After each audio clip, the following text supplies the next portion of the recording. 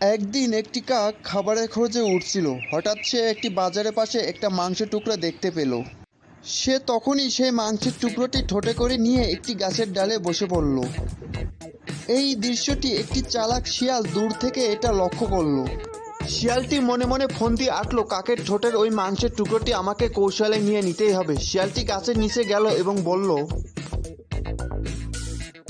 শুভ সকাল কাক বন্ধু, তুমি দেখতে অনেক সুন্দর, তোমার গায়ের রং অনেক চমৎকার, তোমার চোখ দুটি এত উজ্জ্বল যে অনেক অসাধারণ লাগে, তোমার কণ্ঠস্বরটা আরো চমৎকার, আমি নিশ্চিত যে তুমি গান গাইলে সবাই তোমার কণ্ঠস্বরকে অনেক পছন্দ করবে।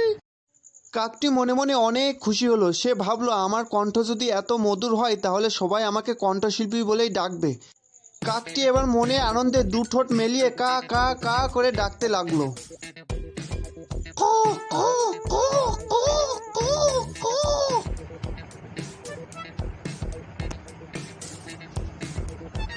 এই তো মাংসের টুকরোটা পড়েছে, যাই ওটা টপ করে নিয়ে ফেলি।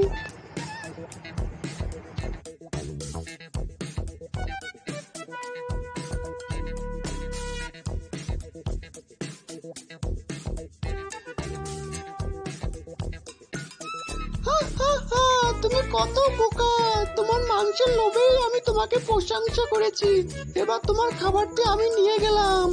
হুক্কা হুয়া, হুক্কা হুয়া, হুক্কা হুয়া, হুক্কা হুয়া। শিয়ালটি মাংসের টুকরো নিয়ে চলে গেল আর কাক মনে অনেক দুঃখ পেল। সে ভাবলো, অযথায় প্রশংসায় মজা পাওয়া ঠিক না। জব্বার একটা ফন্দি করে খাবারটা একেবারে নিজেকে করে নিলাম।